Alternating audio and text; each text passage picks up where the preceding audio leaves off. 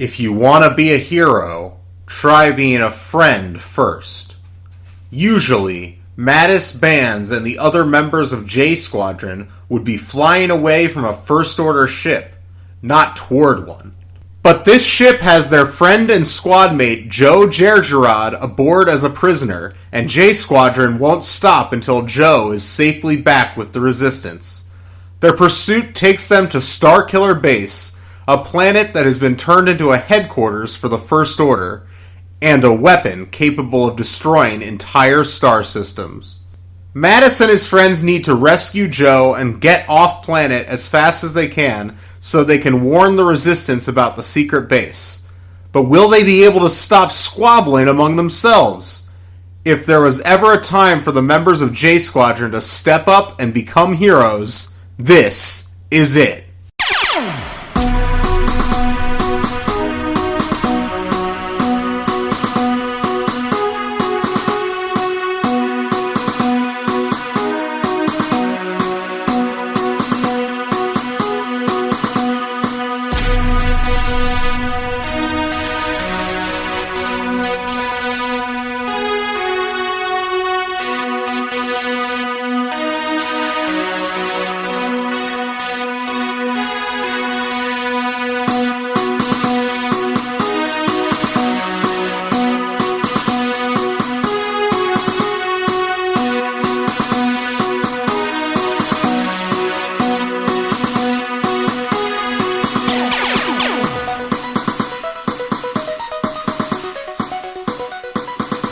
Hello, younglings, and welcome back to the Padawan Library, the galaxy's only Star Wars junior novel podcast. I am a tree enthusiast and lover, and I'm Levi Paratic, and with me is another tree lover and enthusiast, Tim May. Tim, how are you? Good. I was looking at some trees this morning. They remain dope. You know what? I was thinking about the trees in our podcast, and how a good portion, a big part of our podcast is on trees. The fact that we have to read physical books, and that could actually go against our fact that we're being tree lovers. But maybe we should promise to plant a tree in the future. I would love to So we should do that at some point. Plant a tree together. Plant a Padawan library tree. Yeah, we got to find a good spot. But yeah, right, and a good thing is too that a lot of our books are buying secondhand. So Disney is not getting more money. We're not supporting the evil book industry, which is obviously the number one culprit for all our environmental woes. Now, before we started recording, you were telling me a story about how you tried to fight the evil corporate book industry. Oh, yes. Well, so the book we're reading this week, Attack on Starkiller Base, the third Join the Resistance novel, if you haven't listened to the last two episodes we did on this series, you might not know that, we're not big fans of this series. Amazon, talk about evil corporate overlords, that's the real one. Mm-hmm. But whatever. The book cost $12, and this today is Monday, and on Saturday I was like, okay, I need to find a copy of this book. I did not want to pay $12. Their digital copy, I think, was still like around $10 or $11, and I was just like, I don't want to pay this much for this book. So I looked in various places, couldn't find it. I know, and I'm not actually a big piracy person, so I'm apologizing to Ben Acker and Ben Blacker. I actually didn't wind up doing that, so they got some money from this. Shouts to the writing team. But, well, tell them one of the places you went searching the book. Okay, well, I went to some sort of dubious website that claimed to, be updating with all kinds of Star Wars books.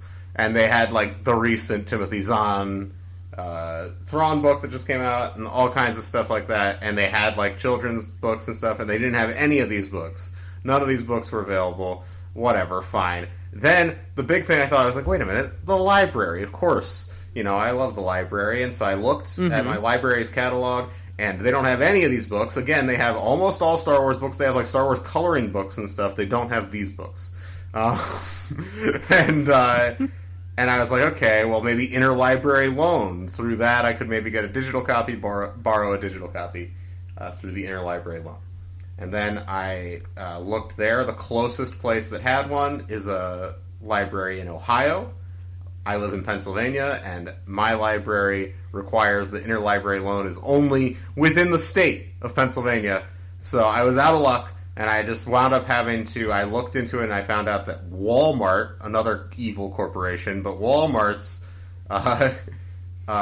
online ebook store is... that store, I think it's Kobe or something, they on your first purchase you get half off. So I was like, whatever, I'll pay $5 for the book. I bought it this morning, read it this morning. So it was, it was an ordeal. It definitely sounds like it. When you first told me, I had to laugh, because one of the reasons I'm laughing is because I have a physical copy of the book. Yes. Pretty sure I bought it through eBay. Probably paid about $5 for it. But my copy is an ex-library copy. Of course, the library copies. It's the New York Public Library. So I have the New York Public Library copy of the first book. Which is the only one I have physically. I bought the second one. I bought the second one through Amazon. I got a digital copy of that one, but I just was like, I can't pay full price for two of these. I don't blame you. I'm sorry, to telegraph our opinion, but what are you gonna do? So, well, when it comes to opinions of Ben Acker and Ben Blacker, I don't want to say we're experts, but we did take a step deeper into our dive on them, and that we've teased this. We watched an episode of the Netflix original series DreamWorks Puss in Boots. The adventures thereof. The adventures of Oh, damn it. Yes. We watched it was season 3, episode something. I don't know the number. I'm sorry. It's called King Pickles. It was written by our boys, Ben Acker and Ben Blacker. And, okay, let's just establish here up front, neither of us are Shrek people, right? No, but I've seen Shrek 1 and 2. And I would say I've seen Puss in Boots debuted, right? Yes, he does, I believe. This show apparently won some awards. I think it won a Daytime Emmy Award. Wow, I didn't know that. I didn't research it. It's not like... I don't have much to say about this. We thought this would be funny because the name of the show is King Pickles and it was Puss in Boots, but, it's seemingly an okay kids show. I can't stand the look and the design sensibility of the Shrek movies that carries over into the show. It's just something I find very unappealing. But on a writing level, which is what we're analyzing here in relation to our subjects, it's cute. There's some funny jokes in it, lots of pickle puns. This episode is about Puss in Boots. There's a kid in town named Kid Pickles, who's, I guess, just a kid that loves pickles. Yes, right? And he loves pickles, and he seems like he is an established character. Like, every character in the show seems to be established, and we have no idea who they are. And we also are watching the 30th episode of the series. That's true. I will say one thing about Kid Pickles is Kid Pickles, for being a kid, has the voice of a 60-year-old Brooklyn chain smoker. He sounds like Lucille Ball in 1981.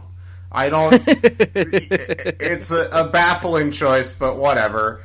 And he's a kid who loves pickles, but it's his birthday, but he hates his birthday. He never enjoys his birthday, and Puss in Boots can't stand by and let that happen. He wants him to enjoy his birthday, so he makes up a fake prophecy about how Kid Pickles will be the king of... What's the name of the city? I don't know. I'm sorry. The city will be the king of the city, and so he gives them this fake prophecy, and they enjoy... he'll enjoy a day where everybody dotes on him like a king. He'll enjoy his birthday, but then the power gets to his head, and he creates these pickle monster soldiers, and using alchemy, and he orders them to attack a nearby kingdom and conquer a nearby kingdom. And right at that point, Puss in Boots explains what happened. He's like, I was just trying to make you feel better, but you're not really, it's not really a real prophecy. Look, I wrote it on the back of a restaurant menu. And Kid Pickles is like, you know what? Thank you for lying to me. A very big theme in Acker and Blacker's work. We'll get to that later. That lying is great. That there's all kinds of ways you can lie to be nice to a person, which, I'm not saying that never exists, but it's a bit of a, it's a dubious theme to run through children's entertainment, I would say. Anyway, this was fine. I don't have anything mean to say about it. When did you watch it? I just watched it about an hour ago. Okay, all right, because I watched this actually before we recorded our last episode. So, you don't remember anything. I don't remember anything. I only have a couple of notes, and one is it's a line. I'm just a bowl full of brine. Yeah, there were a lot of good pickle jokes. I gotta give props to the gods, And then I also have one critique is, so you have Kid Pickles, who sounds like you said, 1980s Lucille Ball, and then you have Toby, who is like a 6-foot-tall pig who has like an actual child's voice. I found that kind of jarring and like an odd choice, but a positive thing I will say about the show, and this isn't about Acker and Blacker, but the guy who voices Puss in Boots does an okay Banderas. He's a solid Banderas. I thought the opening credits were pretty cute, the like kind of traditionally animated opening credits. Mm-hmm. Cheap computer animation is something I just really can't abide. Even though I love I did love like Star Wars Rebels, but somehow I don't know, the direction on that show is a lot more dynamic, even if the animation is cheap. Right.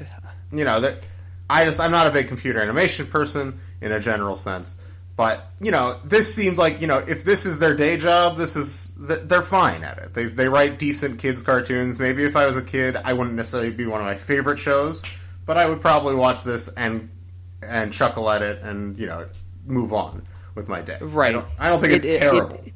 It succeeds at that, and I think that's something we have to ask ourselves, which we will talk about soon, is does this book succeed in that same way? Yeah, I mean, just talking about the first two books broadly and the series in general, I will say this about Join the Resistance. It's obviously aimed at probably an even younger group of people than Jedi Apprentice, even though the books are usually longer and all that stuff. But I think clearly the goal is a younger demographic. I think probably Jedi Apprentice is aimed at like a 11, 12-year-old demographic, and these are maybe aimed at 7, 8-year-olds, something like that. Right. And not only that, but these books are too... They're too long to be for 7 and 8-year-olds. Yeah, I'm not withdrawing my criticism of the books. I still have those issues, and I think there's we haven't acknowledged necessarily that these books are probably the youngest skewing of any books we've read for the show. Besides maybe Glove of Darth Vader, but bad for totally different reasons. That book's insane. So yeah. But these books have come very close because of a fart scene. The Snap Wexley wedding is it's undeniably weird and just baffling that it's part of the continuity. It barely is, because the Poe Dameron comic contradicts it directly. Right, and there's some at least one continuity error in this book, and I will point it out when we get to it. We'll get to it fairly soon. Last thing, this isn't really important, but I mentioned Star Wars Rebels and, the recent animated Star Wars show, which I have not caught up on, Star Wars Resistance. Nor have I. I've seen about 5 episodes of it, and I think it's solid. It's not as good as Rebels or Clone Wars, but both those shows started off really slow, so I should be fair and give this one a real shot. The first season's coming out on DVD. Only on DVD, though. No Blu-ray. I hate... The end of physical media is quite sad. I don't understand. You'd think that most of the people that are still committed to buying physical media probably would prefer to have it on Blu-ray. Right. And but maybe I'm wrong, because DVD, I think, still makes up 70% of all physical sales, I think. And you know what is also interesting about Disney releasing this on just DVD is the fact that they released George Lucas's final project only on DVD. I'm, of course, talking about Strange Magic. The George Lucas produced fantasy animated film musical from a few years ago, which is the last mainstream film that George Lucas worked on, last real film project he ever worked on.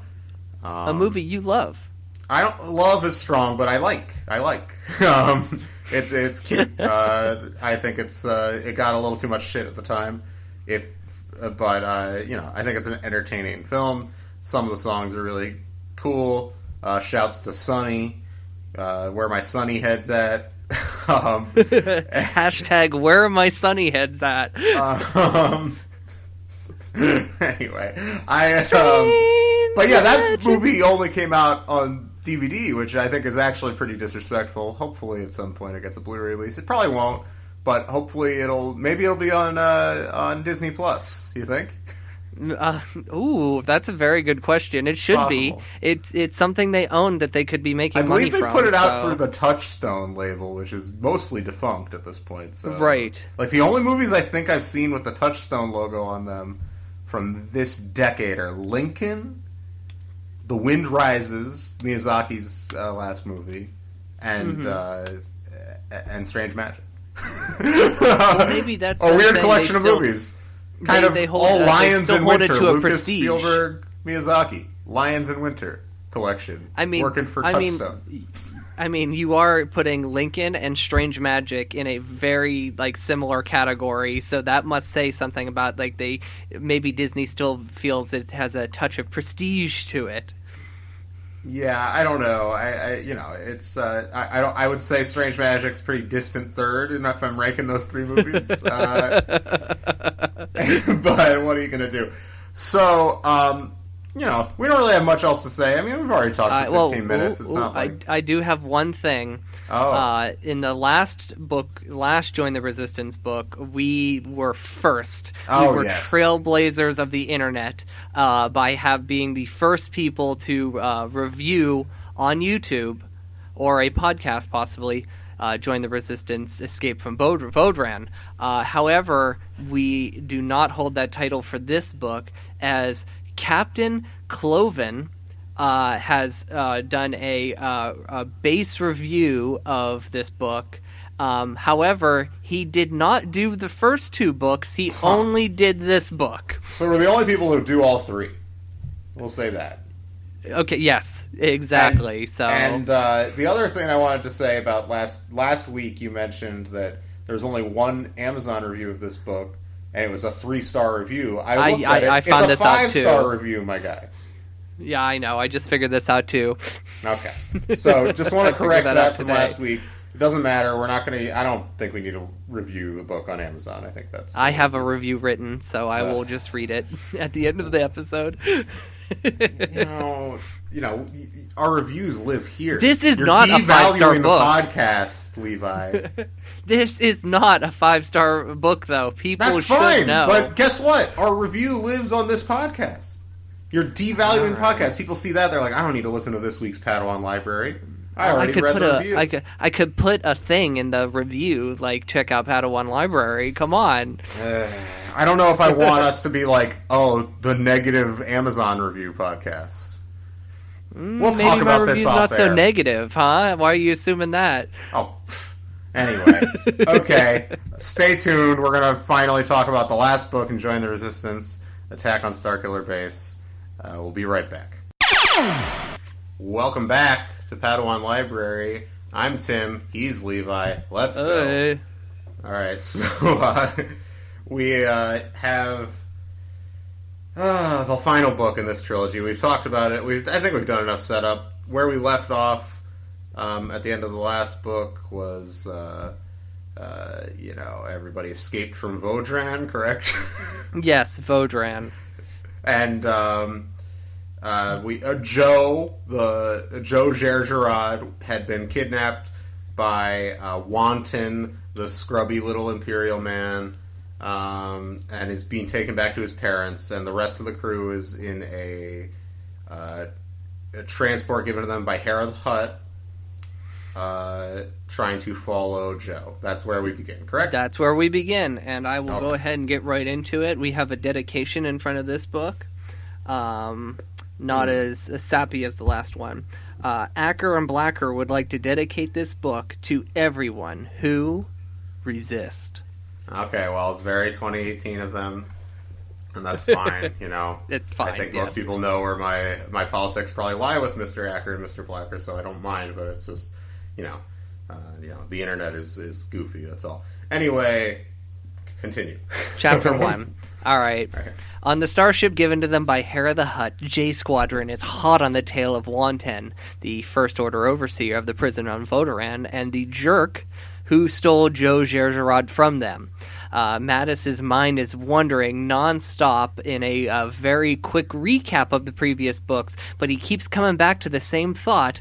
Lorica had used a lightsaber, the same lightsaber that he was too dumb to figure out was a lightsaber. So Mattis is now convinced that he and Lorica are both sensitive, and when the Force finally comes to him, when he achieves Force puberty, they together can become Jedi Knights and hold hands. He notices that Lorica, of course, remember, she is a genocide denier. She is pacing about the ship. She seems deep in thought. Oh, that she denies the existence of the Jedi, yes. Correct. There's no such thing, remember? Makes no such thing as the Jedi.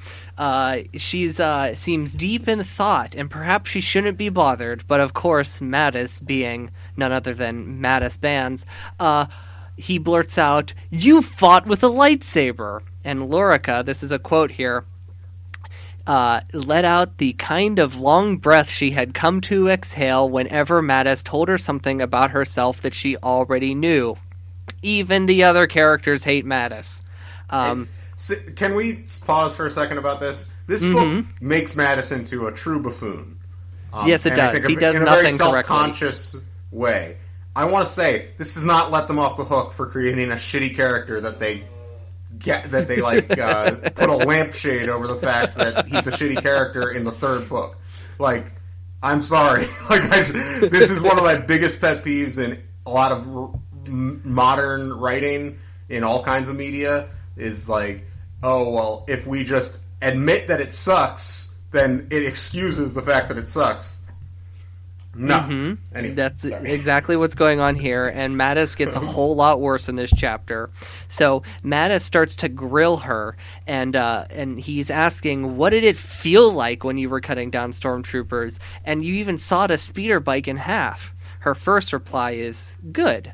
He grills her again. That remark is not satisfactory. He asks again, and she says, well, the weight of the lightsaber, it was heavier than I expected. And he's like, no, how you felt. And she just says, good. And he's like, no. He demands to know how she felt. And truly annoyed, she says, violent, good and violent. That's how I felt. So if those are the feelings of the Force, then I guess I'm a Jedi. Someone call Yoda. Classic denier. She says someone call Yoda, a person she doesn't believe existed, according to the last book, practically. Yes. Anyway, yes. So Mattis, with his panties all in a bind... a person who was notable and lived, only 50 years ago. It's like denying that John F. Kennedy was a real person. I know. He lived for 800 years, too. It's not like it was some small amount of time. And Mattis is all pissed because he was the one who told her the stories about Yoda.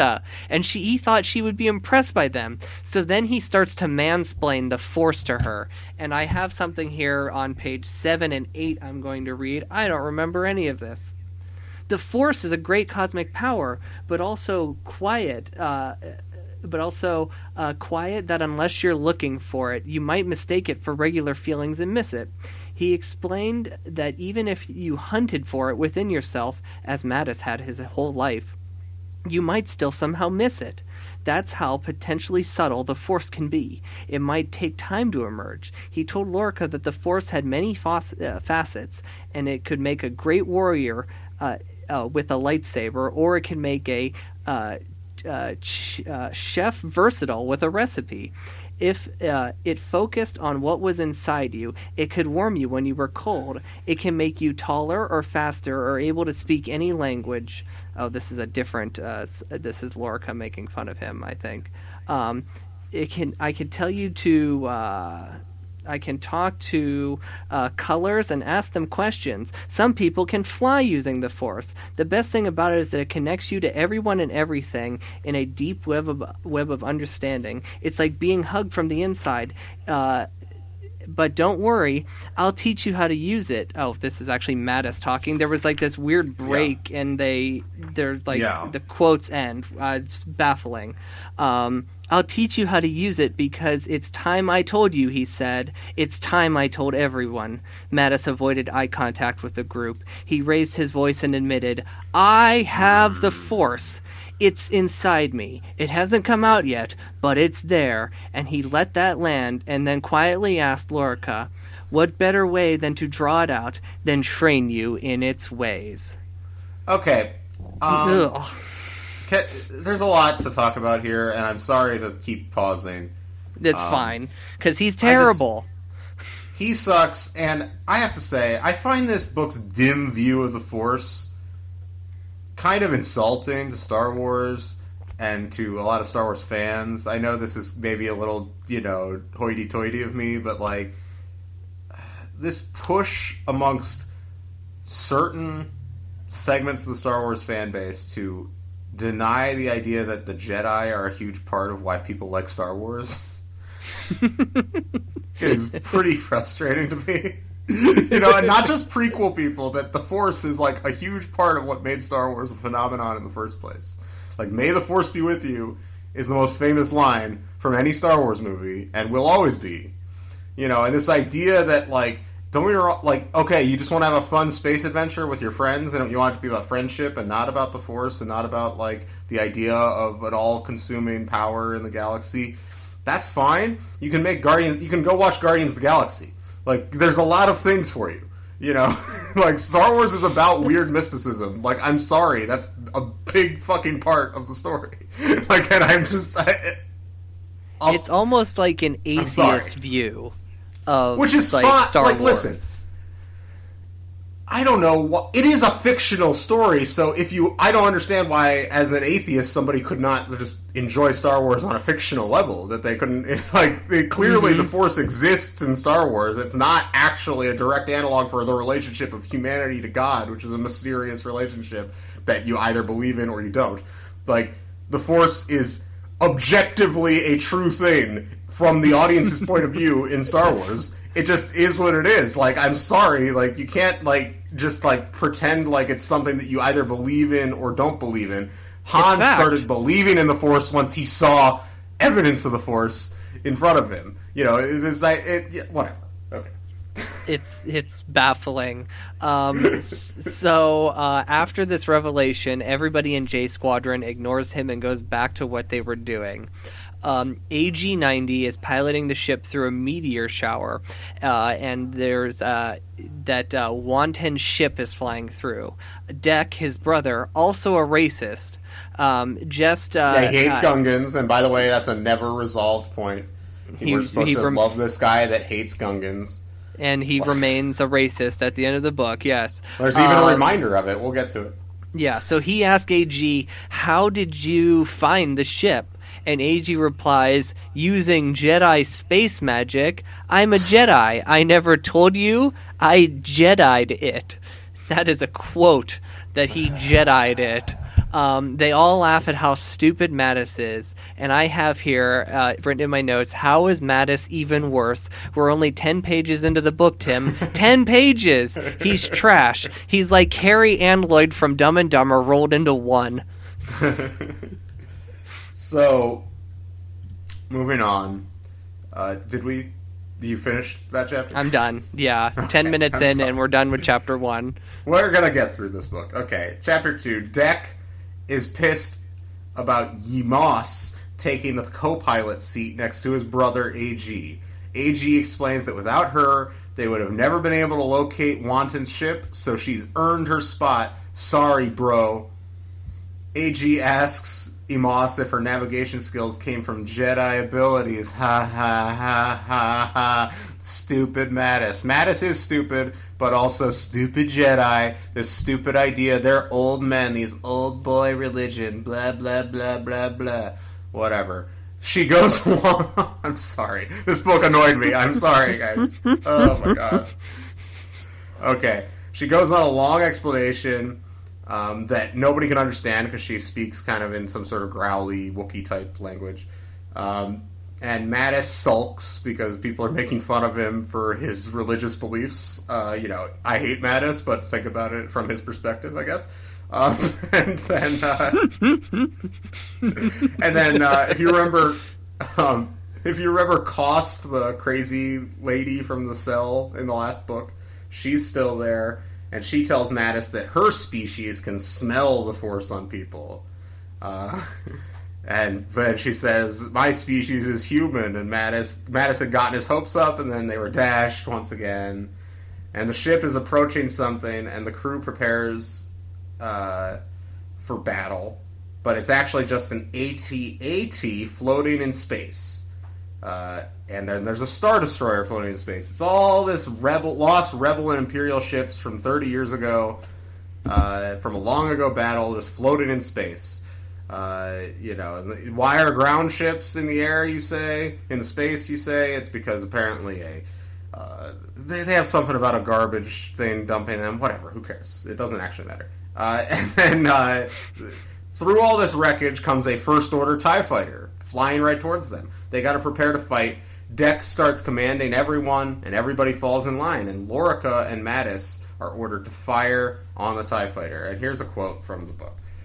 Mattis and Lorica strain into action, each firing one of the impressively powerful boomba cannons on either side of their ship. The Hutt wasn't wrong about the incredible magnitude of their weapons. The Hutts weren't wrong, sorry. Boomba cannons were named for the sound they made, a deafening boom as they fired, followed by the ba of whatever they hit exploding. Mattis and Lorica fired off booms that rattled their own ship. They missed the TIE fighter completely, and the ba's lit up the sky like Marmaconva Borealis during a Harvest Eve festival. I'm just leaving that there. There's nothing we have to say about that. Are you done? Is that it?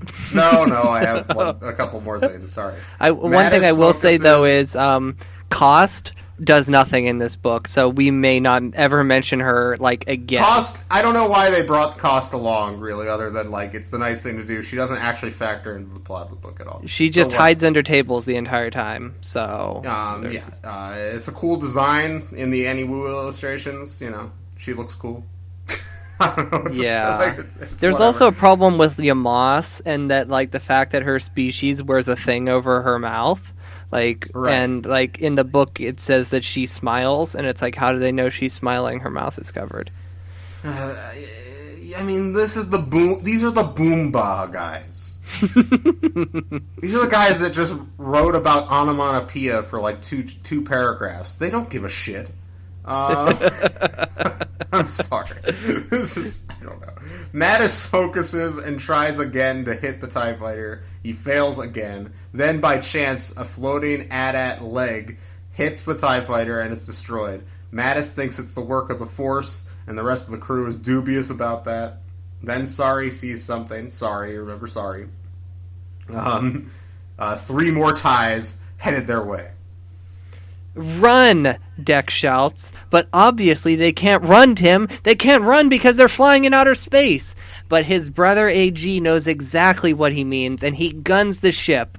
one TIE fighter was one thing, but 3, they don't stand a chance. And they decide they're going to make the jump to light speed. That's an idea being floated. Sure, it'll save their hides, but it would also mean they would lose Wanton and Joe. Mattis hates this idea, and he's like, there has to be another way. And Lorica is like, there is another way. And she grabs Mattis, and she goes back to the Boombas. And Mattis cries out, I'm out of ammo. And then Lorica has to show his dunce ass how to hit the recharge button that recharges the Boombas, and boom, you're ammoed up again. Idiot Mattis. Lorica managed to take out one of the TIEs, and the other 2 evade fire. Their shield is getting very low. That's when AG has an idea. There's a derelict Star Destroyer off in this wreckage, and he decides to fly the ship inside in a identical scene from the masterably and arguably best scene from Force Awakens when Rey pilots the Millennium Falcon and the Star Destroyer. I think we can agree 100%. On that. 100%. Yes.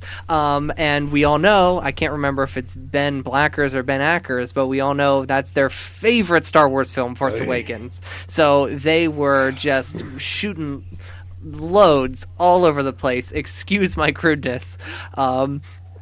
So this whole sequence results in them destroying another one of the TIEs, but the other one is far too savvy to fall for such Abrams trickery. With the shields gone, they have an idea to make the jump to light speed again. However, the TIE chasing them suddenly explodes, and they see another TIE fighter moving behind it very quickly. It's a TIE silencer, which I'm pretty sure is the ship Kylo Ren drives. And why would a TIE fighter I thought it was the same as the TIE fighter that Poe steals at the beginning of Force Awakens, and I thought this was Poe at first. Oh, okay. Oh, that would have made sense. That would have been better, because what happens here makes no sense, because you know who's flying this TIE fighter? None other than Clemo, the Rhodian they left for dead in the first book. He was Rancor food, Tim. I called it. I didn't believe he was dead in the first review, and here he is. He's alive. Can you believe it? Shock. This undercuts one of the only genuinely emotional moments of the entire series. You're right. It really does. But whatever. Not that it was like a huge emotional moment anyway. They glossed over it. I don't mean like it's like Sarasi's death in Jedi Apprentice or anything. I just mean it's, you know, it was effective. It worked. Right. On a basic level. Because Clemo, like in Seven Samurai, the first samurai to die is the one who they said like had a great sense of humor, and he was going to be there to, you know, to warm their spirits. That's who Clemo was. Clemo was the child of the group who like kept everything playful, fun innocence to it, and they killed him, which was emotional. But this. And they don't ever even explain this. Like, the fact that they don't explain it is, like, a joke. And they're, like, making, like, a self-reference to the fact that, yeah, we don't know how he came back because we don't care. We're just bringing him back. Like, it's really hacky work. Yeah. So Clem... Oh, go ahead. No, is that... Sorry. We're both a little annoyed by this book. Episode. Yeah. Clemo lands the TIE in their transport. He hugs everybody, and he's about to tell them how he escapes because things got bad, and then they got worse, and then Clemo himself had to become a beast to escape them. But he also was apparently planning to break them out of prison, but they broke themselves out of prison, so he had to steal the TIE silencer from 8 stormtroopers. He's about to get to the point to tell them how he got past the Rancors, where Yamaz, he mistakes her for one of the beasts that he had to fight, and he thought she managed to stow aboard, so Clemo starts making growling sounds at her and tries to act really big. They explain that she's a friend, and she growls back at him. Clemo thinks she's mad at him, but AG translates and informs them that Wanton got away while they were hugging and smooching each other, Tim. He's gone. So, meanwhile, we're catching up with Joe, who is imprisoned. And Wanton is taking him to see his parents. And in this moment, Joe is reminiscing about his childhood on Tinnel 4, where he grew up. He was raised to revere the Empire, and his parents had joined the First Order as soon as they could. And we all know about his grandfather. He's Moff Jerjerrod. He was he was picked by everyone to be a Grand Moff someday, and I didn't even know they had the rank of Moff in the First Order, because there's no Moffs in the movies. So that's interesting. But anyway, when he was younger, a Gungan diplomat family moved to Tinnel 4, next door to them, and they had a son about Joe's age, and that son's name was Najima Bodhi, who you guys may remember we referred to as an honorable mention in our Gungan characters list back on the episode 1 20th anniversary episode, and was the main reason we wanted to read these books, was that there was a Gungan character. It is, and it does not deliver. Oh boy. So anyway, they bonded over baking brownies, apparently. They baked brownies together, and they were, quote, in the prose of this book, relentlessly chocolatey. Ugh. And Najima was not a fan of the brownies. Najima said they were too sweet, need more broccoli. And so I see Acker and Blacker trying to add to the Gungan mythos that they don't like sweet food. Is that a thing that was established before? No, because Jar Jar loves apples. Yeah.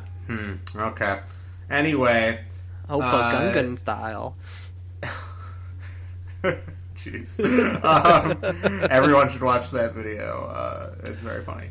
Gungan style. Oh. Yeah. Oh. It's not what you think it is. It's very funny. Anyway, so everything changed one day when Joe and Najima were playing a game called Bounty Hunter, which is apparently a combination of tag, seize the pennant, aka capture the flag. Apparently those words don't mean anything in Star Wars. It has to be seize the pennant, classic bullshit, and hide and seek. These are the guys who reference brownies and broccoli directly. Like, they didn't bother you to make, like, a new food, but yet they won't say capture the flag? I don't understand. Anyway, in the hide and seek portion of the game, which is all we really get any sense of, Joe is looking for Najima. He can't find him anywhere in the house. The only room he hasn't looked is his father's office, which is strictly off limits. And the door was never even open in his life, but here he sees it's cracked open just a little bit, and Joe reluctantly opens the door wider and sees Najima behind his father's desk, looking at some sort of document, looking shocked. Najima pushes past Joe and leaves, saying, "So long goodbye," which is apparently new. Has that been used as Gungan talk before? I don't know. I don't think so. So long goodbye. I'm okay with it, though. It's fine. Props that makes sense. Props to Acker and Blacker. Anyway, Joe mentions what happened in the office to his dad later that night, and he gets super pissed and has a mean expression on his face that haunts Joe to this day. He talks about the look on his face all over the place, all over this book. Oh, this look that haunts my dreams. And the next day, the Bodhis, the Gungan family, have moved off of Tinnel 4. When he asks his father about this sudden move, he brushes him off. His home office has also been totally emptied. Everything moved to work, I guess. And Joe couldn't shake the feeling that his father had ordered the Bodhis off of Tinnel 4. Or worse! This distrust is what led Joe ultimately to the Resistance. So anyway, back on Wanton's ship, Joe is convinced that he can commandeer this ship. The only issue, he doesn't have any, he's like, I can definitely take Wanton. He's a slob and a fat man and all that stuff. The only issue he saw was Wanton's co-pilot, who's a large and imposing woman named DeBoer. Joe fantasizes about converting her to the Resistance, but that isn't plausible in the short amount of time he had.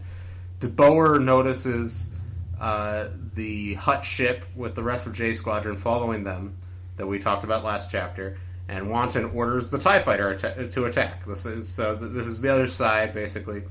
And they only have one available to them at the moment, but 3 more are coming through hyperspace. Joe is pissed that his friends are going to die and attacks DeBoer. He disarms her of her blaster, but it falls at the feet of Wanton, and DeBoer slams Joe's head into the floor, and the ship jumps to lightspeed. Chapter 5. J Squadron tries to figure out where Wanton's ship has gone, and Koss yells at Mattis to use the Force because, like said before, he smells a Force. So he closes his eyes and he starts to breathe, and in the black of his mind an X-Wing appears. But then in his excitement, he thinks what the Force is trying to tell him, and everybody... so he then tries to, he tries to tell everybody they don't understand. He tries to explain the Force again to everybody. And Lorca's like, why are you teaching me? I should be teaching you. I'm more of a Jedi than you are. And so afterwards, Mattis, he sulks off and he goes has a conversation with Sari about Deck because she thinks he's acting funny. He's distant from AG and suddenly he cares about Joe and he's acting like a leader. After this, they witnessed Deck hugging AG. He was jealous that Yamos was his co-pilot, and that's what bugged him. He was sore about that.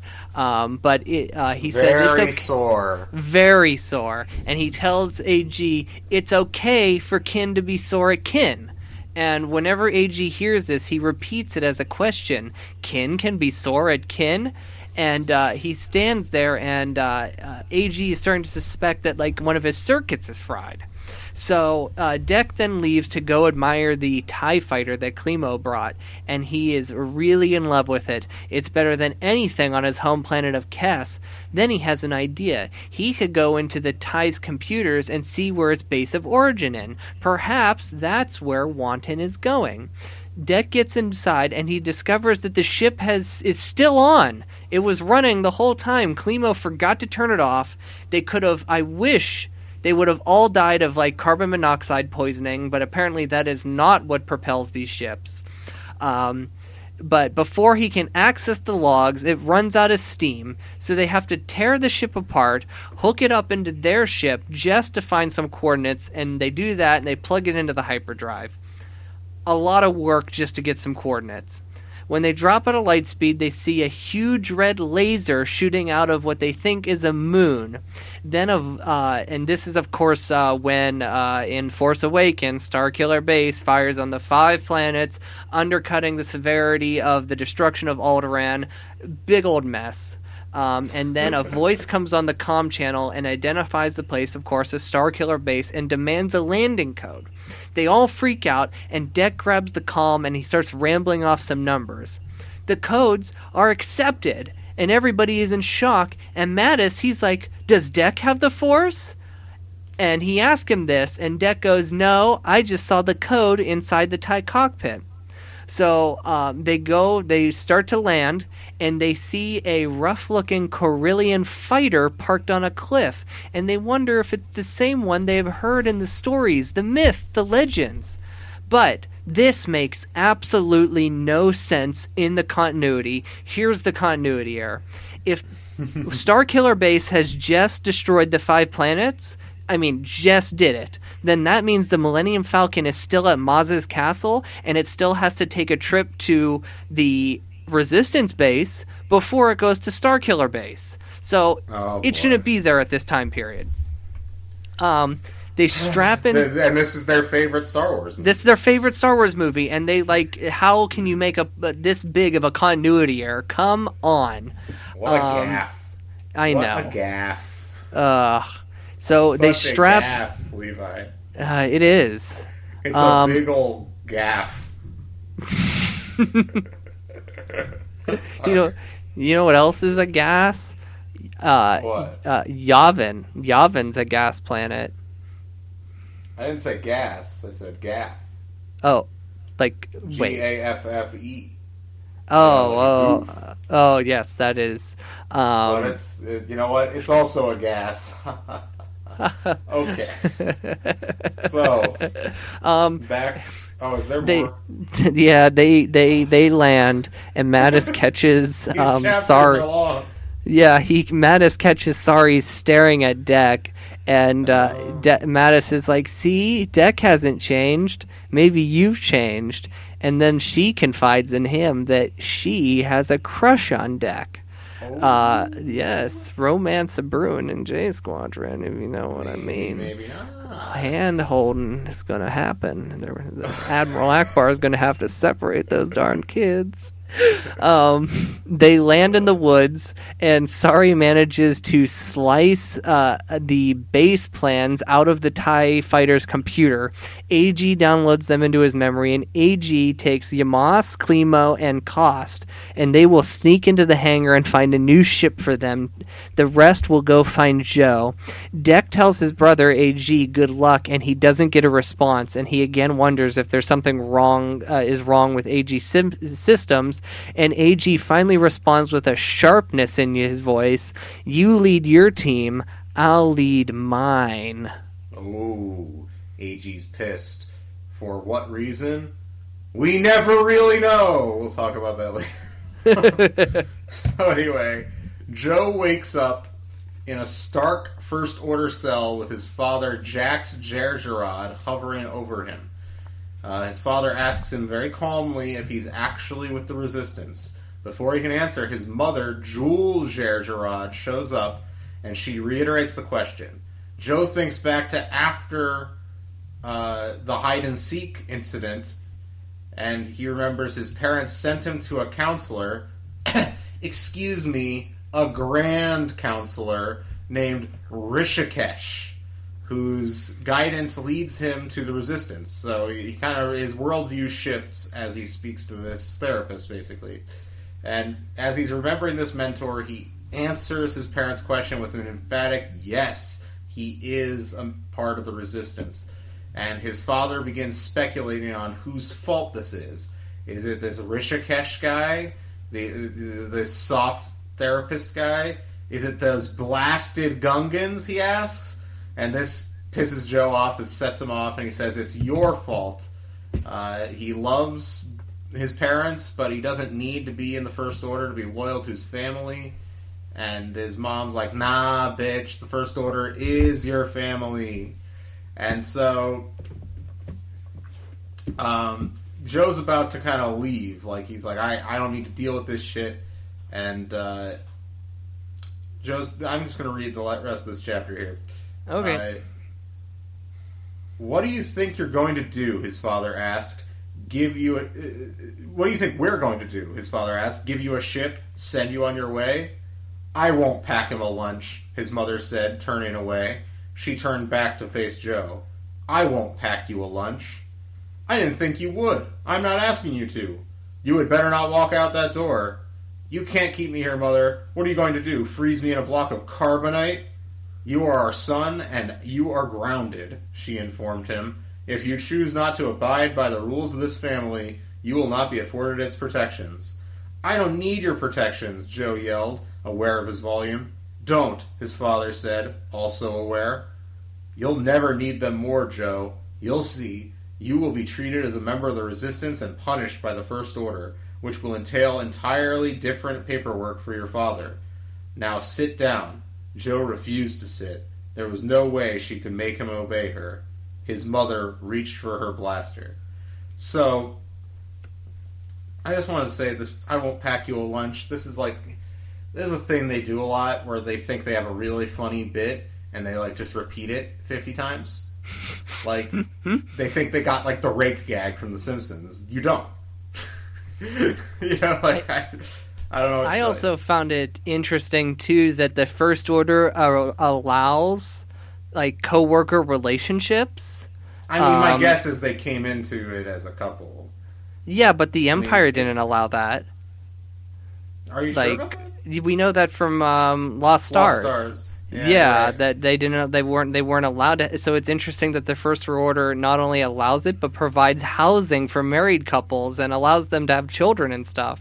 Yeah, the other part that I find weird about this is they say, "Oh, the First Order will hunt you down," and this is kind of unrelated to this book, but just the general status quo that just makes no sense of the sequel trilogy, which is okay, so the Resistance, I get it that it's it's like a kind of covertly funded by the New Republic government.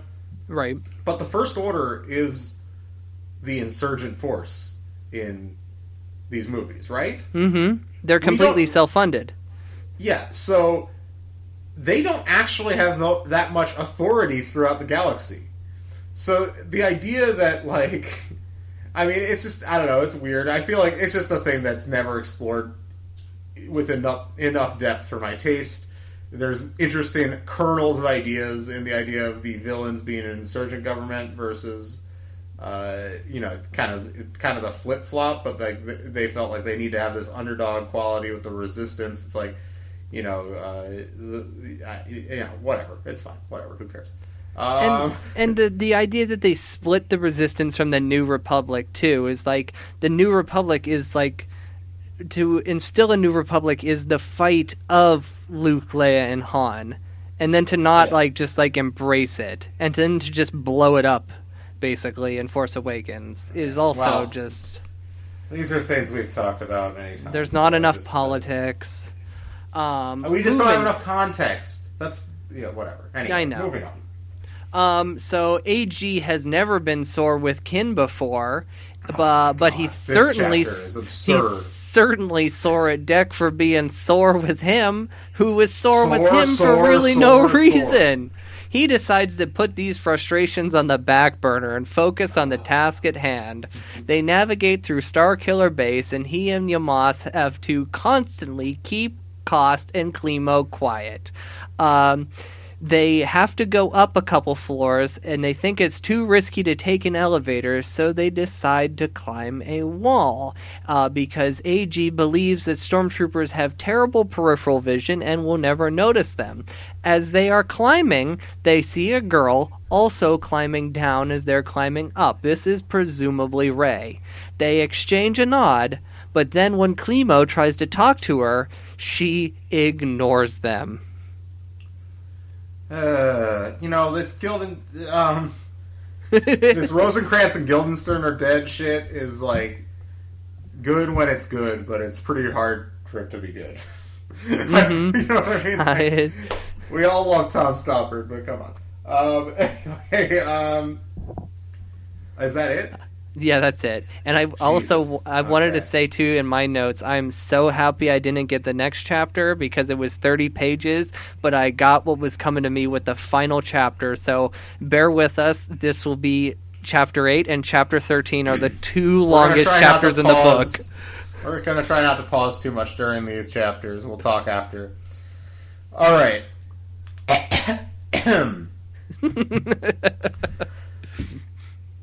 Lorca has Mattis and Sari bring up the rear of their party as they... I burped. Okay. Lorca has Mattis and Sari bringing up the rear of their party as they slowly infiltrate Starkiller Base. Mattis for his general doofishness and Sari for her large size. Mattis notices that Sari looks distracted, perhaps depressed. She says she's remembering how she couldn't sleep on Dakar, the Resistance base planet, because she grew up on Baron Fa, a planet with lots of nocturnal birds that sang songs. And while there are plenty of birds on Dakar, there aren't any nocturnal birds. So yeah. Mattis trips over a mouse droid like an idiot, and Sari goes on to talk about how she didn't fit in on Baron Fa, not because of her size, most people are very large on that planet after all, but because she didn't have a, quote, killer instinct. She wasn't a good salesman, which came in handy with regards to the Harvest, a marketplace that was the lifeblood of Baron Fa. She found it exciting, but ultimately longed for something more than just commerce, and that's why she joined the Resistance. But she has trouble fitting in with the Resistance because of her size. Even her bed is too small for her. The mouse droid returns with a larger mouse droid. Sari picks them up and begins dismantling them, all while continuing to tell Mattis her story. Mattis thinks this minor multitasking must mean that Sari also has the Force. What a fucking doofus. Anyway, her time with the Resistance has made her homesick for Baron Fa, which has mostly remained a neutral planet in galactic conflicts. She wants to return home and help protect her planet, but she's conflicted because of what she told Mattis earlier. She has a crush on Deck. Lorica and Deck come running back because there's a shitload of stormtroopers on the way, and everyone does manage to outrun them eventually. And Sari mentions that she can't remember exactly when she met Deck. She gets back to her story right away. She can't remember exactly when she met Deck, but she met AG first. And then they notice Deck and Lorica are arguing up ahead, and Mattis is unsure what about. Deck runs off in frustration. Lorica tells them to wait for her signal, and she runs ahead. And then Sari continues her story. She continues talking about how she has a crush on Deck, and back on Dakar one evening, she found a box full of Baron Fa delicacies on her bed. And who could have sent it? No one from her home planet knew where she was. Then she looks up, and she sees Deck and AG standing in the doorway. He gives her a nod, and they walked off. She says she really likes him. And Mattis says he likes someone too. Sari seems to know who it is, obviously, Lorica, but he thinks he's pulled one over on everyone. Anyway, Sari says she knows Deck probably doesn't like her back because as long as she's known him, he's never been one to like a girl. Huh? Is Deck a gay character? We'll never find out. And Deck, I feel like Deck has, there have been comments made from Deck and to Deck about, kissing boys, too. There has been something weird in, I feel like this is the book. first hint of this. I might have missed it. No. In the first book, they call somebody's Deck's boyfriend, and I want to say it's Joe and Deck are boyfriends or something like that. Isn't that a joke, though? I think so. It's still... At the time, there was nothing... I mean, it's a weird joke to make. It's still weird. Whatever. It's fine. I don't mind him being gay, but I wish they actually explored that at all. It's just hinted at here, and then we're never going to see this character again. So whatever. Great. Congratulations. But it's a completely substanceless aspect of his character. Unfortunately. Would have been nice to explore. Anyway, Sari notices her shadow is moving strangely. Interesting. And it's because the Starkiller Base is sucking energy from the planet's sun to power its laser. Mattis is blown away by how smart Sari is. Lorica comes back to scold them for getting distracted by their emotions. Everyone on this mission is getting distracted by their emotions. Sari asks what kind of emotions are distracting Deck. And she's like, his fear for his brother, AG. Is he glitching? Is he not? We don't know. But Sari, according to Lorica, is on the right track when it comes to Deck. In what way? Does Deck like her back?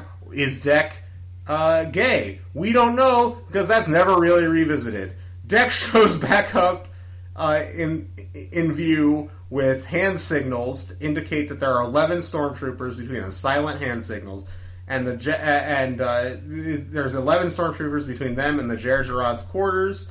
And everyone's doing hand signals, and Mattis starts thinking about some game he played when he was a kid called Wheatstone River. Who gives a shit?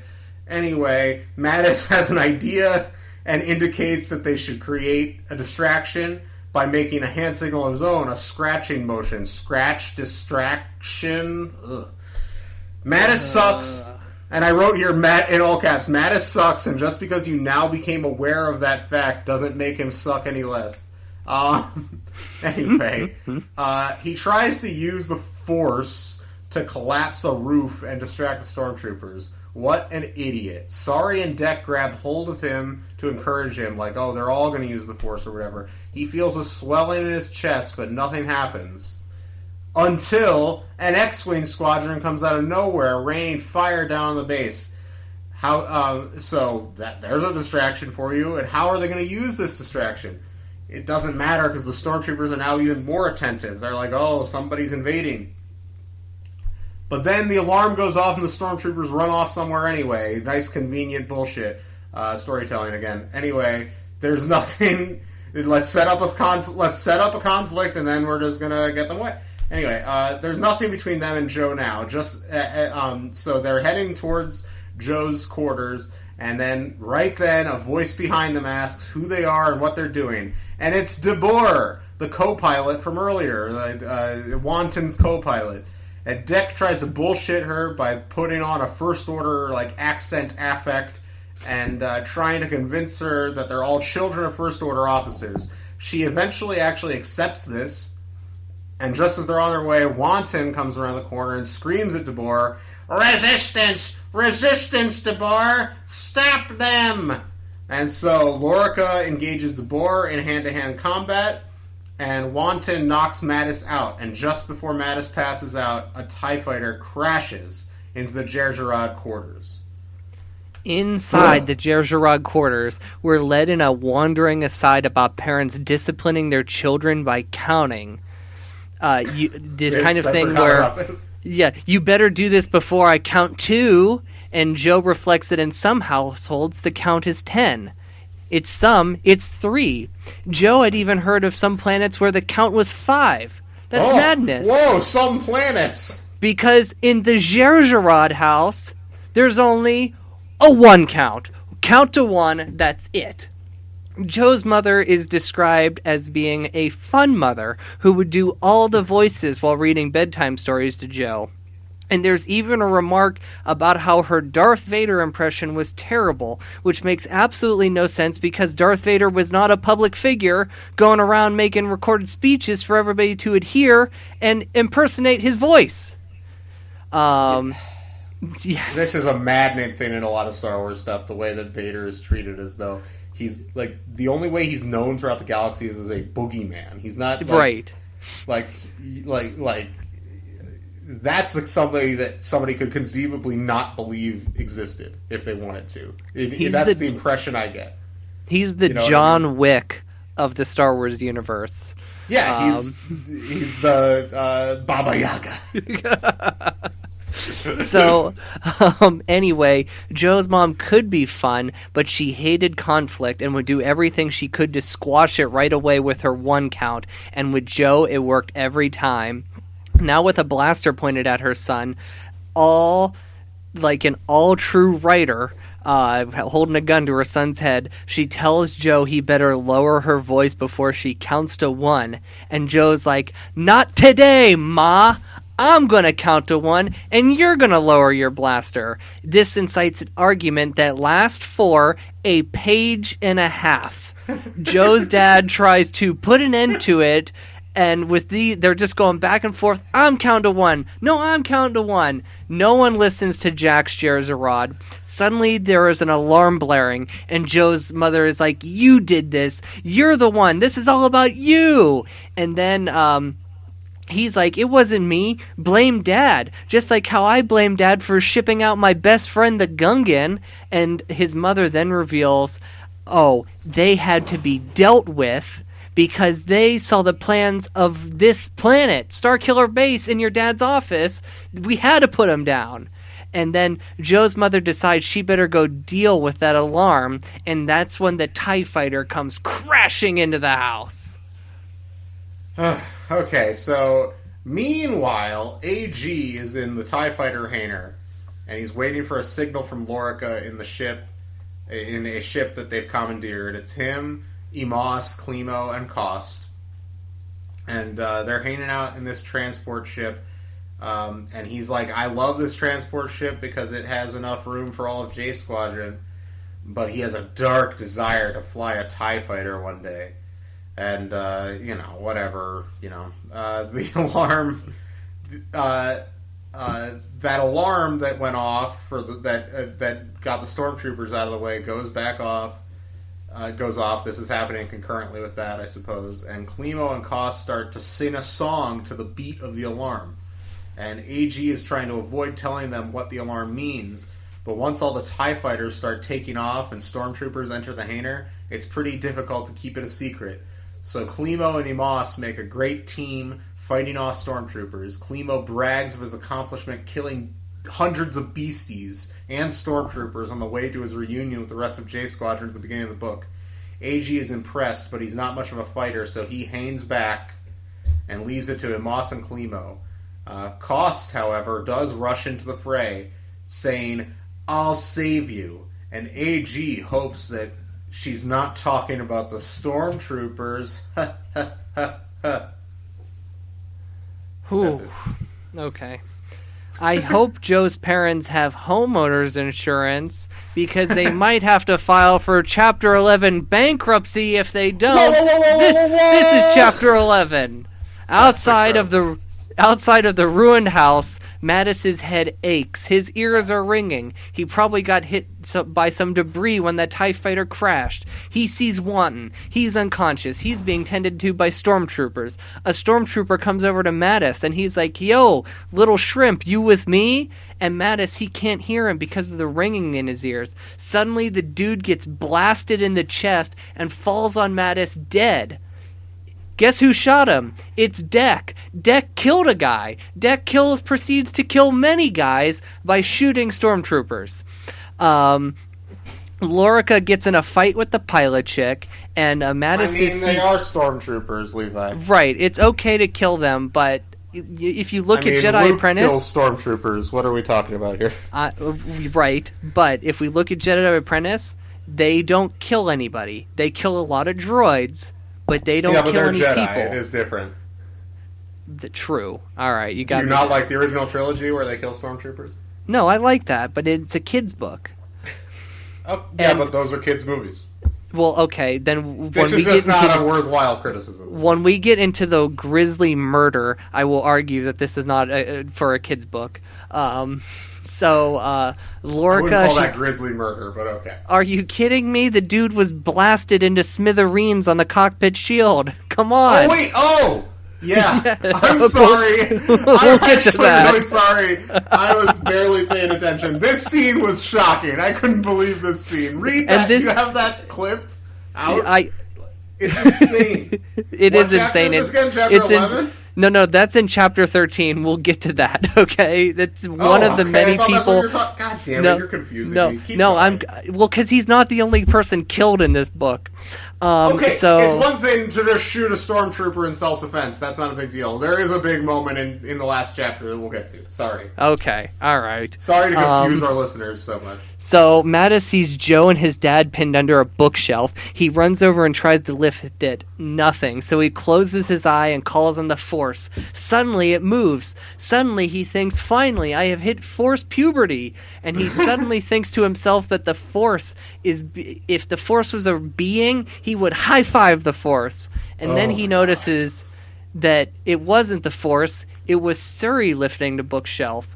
Her sleeves are shredded and her muscles are bulging, and Mattis is taken aback by how shredded she is. They free Joe and his dad, and then Joe's mom shows up, and amazingly her uniform is still perfect.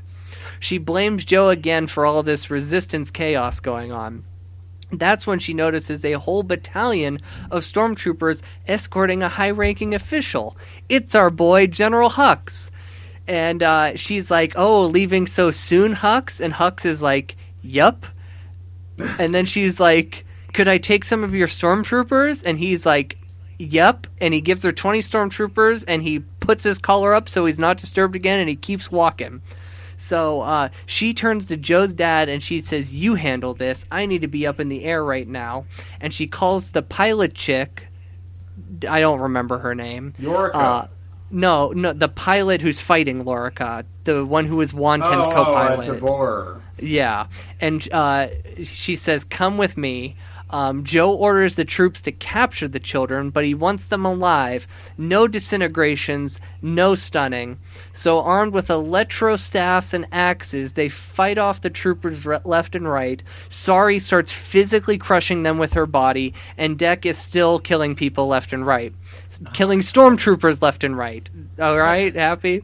These aren't like Nazis, like it's not that, like... I know, but who knows what happens what happens when Deck has, post-traumatic stress syndrome, and he's like, I must kill. Do you have a problem? Do you just not like Star Wars? Like, what are we talking about here? No, I'm getting off. Are you one of these freaks that's like, oh, the rebels destroyed the Death Star? That's no. I am not about that Clerks argument, all right? I'm just trying I'm not talking about the Clerks argument. I'm talking about the people that are mad that the rebels destroyed the Death Star because it's it's equivalent to destroying a planet unprovoked. Oh, I don't agree with that at all. Okay, that's a very common thing amongst losers on the internet. Well, that's a total loser thing. Let's get through this. This is not a very long episode, my guy. Okay. Deck, let's see.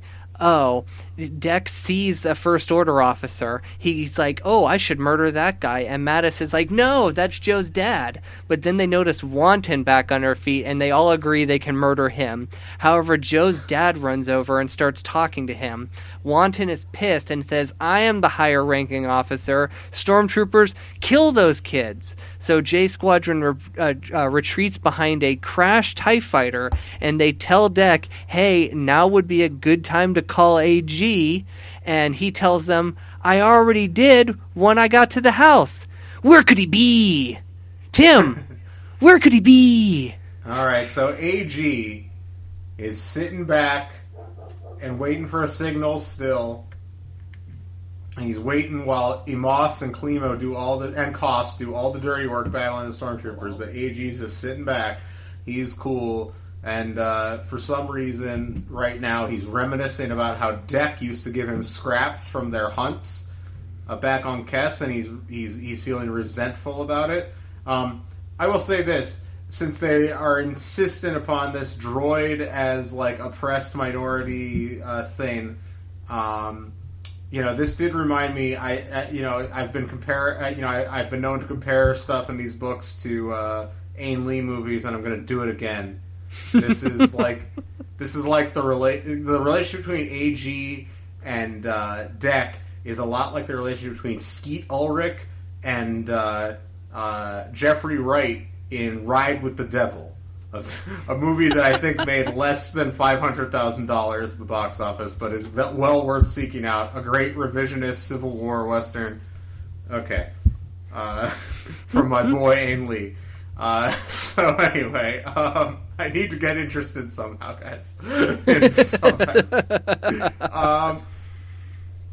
So anyway, AG is sitting back still, and he's impressed by the teamwork on display by the others, but for some reason he still doesn't want to join in the fight. And then he finally hears the signal from Deck and tells everyone they got to get a move on. And there's too many stormtroopers for them to leave right away, and AG's like, alright, I'll join in the fighting. I'll do it now. So the planet is starting to break apart, and the TIE fighters that are hiding behind is being pummeled with blaster fire. It's not going to last forever. And with AG's absence, they're starting to worry that he has failed his mission. They suggest Plan B, and Deck refuses. We don't need a Plan B. And Joe says it would be better to have one and not need it than need one and not have it. Deck replies, is that an old Gungan expression? Because it sure sounds like one. And Joe says, it's better in Gungan. And Deck replies, no way that can be true. And since this is the final chapter of the book, Deck is not going to be redeemed as not a racist. So Deck will go down in Star Wars infamy as being a racist. AG finally shows up. They run for the ramp only to have Wanton stand in their way. He grabs Klimo and puts a blaster to his head. Mattis, in a last-ditch effort, throws up his hands and calls on the Force to push Wanton away, but nothing happens. Lorica grabs him and says, give up, is what she says to him. You don't have the Force. Joe then recognizes the blaster that Wanton has. It's his dad's. He calls Wanton out and he says, yes, I relieved him of his duty and his consciousness. However, before he can kill all of them, Joe's dad is now conscious and he hits Wanton in the head, and Wanton goes down. They board the ship, and Joe has a moment with his pops, Jax, on 179 that I'm going to read. I got to turn to the page. And here we go. Okay, Joe, Mr. Joker. Yeah, I'm just going to read the whole thing. Joe, his father said, you need to know this. I didn't kill the Bodhies. I evacuated them secretly. Safely. I sent them back to their home planet. You disobeyed an order from Mother? Joe asked. But why? Mother? Mother? He was... Joe, his voice wavered, not Joe, Jax, his voice wavered, which produced an involuntary tear from Joe. He was your friend, and I couldn't do that to you. The planet shook, and the ground fell away. Jax Jerzerod steadied himself against Klemo's shuttle. Go, he said. Get out of here, my son. Save the dream. Don't ever come back. Father, come with us, Joe pleaded. The planet isn't going to last much longer. Can you imagine? His father tried to smile, but with his lip busted, he couldn't quite manage it. Your mother would kill me. They got on the ship, Joe waved goodbye to his father, and the hatch was closed. So, once inside, Deck and AG are reunited, and this is now on page 180 to 182, because this is going to get into our grisly murder. And, Tim, I'm going to have you read for Deck. And we're where is it starting? Give me a first line, because we have different page numbers. Oh yeah, hey, AG yelled. Okay, cool. Yeah. Who am I reading? You're reading Deck. Oh, okay. Hey, yeah. Hey, AG yelled. You saw me? Deck asked. AG nodded. He couldn't meet Deck's eyes. Deck shook his brother and yelled, "Tell me you didn't ignore my signal! Tell me you didn't put lives in danger!" Of course I didn't, Deck. I'd be sore to hear you even ask that if I... I'd be sore to hear you even ask that if I wasn't so relieved y'all are alive. Good, Deck said. Good is right, AG agreed. What did I even do to make you sore? So I never do it again. It was that you were sore at me just for a second, before you realized that you were sore at the situation. I would have honestly preferred you never do it again, even for a second. It's a deal, brother, he said, and pulled AG in for a hug. The ground beneath the ship shuddered. All right, AG dropped into a seat. Strap in, J Squadron. Let's light this candle. AG turned the ship around to get some space to take off. There would be, at the end of their runway, stood Wanton. He pointed Joe's father's gun at them and yelled something they couldn't hear. That guy, AG said, when I pretended to be reprogrammed on Vodran and took orders from him, he was the worst. He hates droids so much, he blames us for ruining his career or something. Every word he said to me made my circuits crawl. He laughed to himself about what a lousy job I always did at everything, even though I thought I was doing a perfect job every time. Every day he'd tell me how much he detested droids, and that if I wasn't perfect, he'd scrap me at the end of the day. Every day he'd tell me I wasn't the droid he was looking for, and that I better try harder the next day. I lived in fear every day that he'd shut me off. No way to live. I look at him and I see everyone who tells me droids can't be pilots, droids can't have brothers, droids ain't people, and now he's trying to tell me I can't leave this sinking ship of a planet. Wait a minute. Acker and Blacker pro-automation in American factories. Move on. The villain of the book, whining about his job being replaced by a robot. You know? Yeah, well, it is, and also what a terrible person for not wanting human jobs to be taken by robots. And what I hate here too is that they imply that Wanton is the stormtrooper that Obi-Wan speaks to in A New Hope and Mind Tricks. Oh my god! Yeah, I didn't even think of that. Yep, because they say he was a stormtrooper and that he was on Tatooine in the last book. Yeah. And then in this confirms it. Alright. AG revved the engine. The sound made Wanton realize that trying to block the ship, even a light shuttle, by standing in the way of it wasn't the best plan he ever had. Buddy, I'm the droid you've been looking for your whole danged life. AG gunned the engine and blasted off, right through Wanton. Pieces of him slapped against the view screen. Whoops, AG said with a smile in his voice. Chunks of Wanton flew off as they picked up speed. What's up with this wanton violence in this book? So that is the grisly murder we alluded to earlier that I feel like was a little too violent for this book. AG then says, all right, well, we ain't out of the shits yet. We still have to navigate out of this battle above the planet. We need to get a safe distance away and then alert the resistance that we are here. Deck has a small moment with Sari, and he wonders if she soared him too, but she says no and that she's going through something. Deck tells her, you know, any load of what you want to share is one I want to help you carry. A decent thing for him to say. She says, I did know that, and she thanks him. I just need some time. Meanwhile, Joe is skeptical that AG, who has been flying the ship for the first time ever, can get them out of there. He doubts AG as a pilot. So AG does some fancy flying, and that proves Joe wrong, and Joe admits it. Then they're tailed by a TIE fighter, and the TIE fighter calms them. Turns out it's Joe's mom. She orders them to land, or else she's going to blow them out of the sky. She's going to give them a count of 3. Joe exclaims, yippee! Because she's giving them a chance to escape. AG does some more fancy flying until they come across some X-Wings. Surprise, it's Poe Dameron and Snap Wexley. Joe's mother turns back and Snaps informs them that we're all done down here. We're heading home.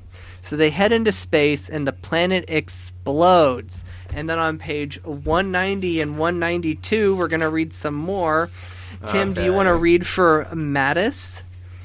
Give me a minute here. Where are we starting? We're starting at all the color drained from Joe's face. Okay. This is before Poe shows up? Yeah. Okay, sorry. The Corellian fighter tore past them. It's right under that. Yeah, sorry. Just give me 1 second. No, you're fine. It's the blasted ebook. Yeah, I know. These ebooks. These god-danged ebooks.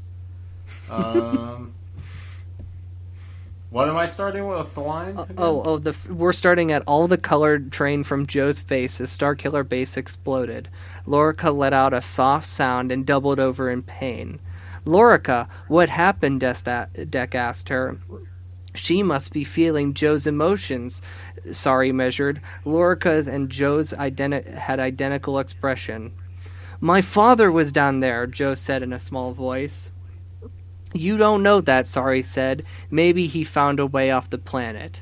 No way, Joe said. They weren't ordering an evacuation. He wouldn't have been evacuated. It's that simple.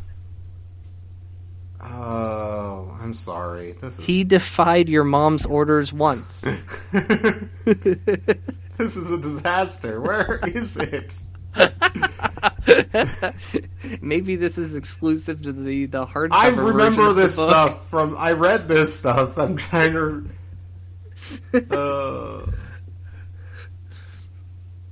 Well, I guess I'll just keep reading. He defied your mother's orders once, Mattis offered. He might have evacuated. It's possible. He defied my mother's orders to keep them from hurting me, Joe said. Mattis indicated Lorica, who was still reeling, and said, Look how much it would hurt you if he... Mattis stopped short of saying, died. Your dad would know that. He wouldn't put you through the pain. It's not the same, Joe said. He wouldn't just evacuate unless they ordered it. He wouldn't leave. He just wouldn't. Joe was stony and numb, but Lorica wailed and sobbed. Ka started crying too. Clemo patted her shoulder and snorted something on his own sympathetic grief. Joe, when I said maybe your father is okay, Mattis looked over his shoulder as if he was about to tell a secret. I was trying to be discreet. I have what's called the Force, and it's a connection between everything in the universe. With my mind and my heart, I'm touching everything. I'm doing it right now. I can feel it, just as clear as Lorica can feel your heart.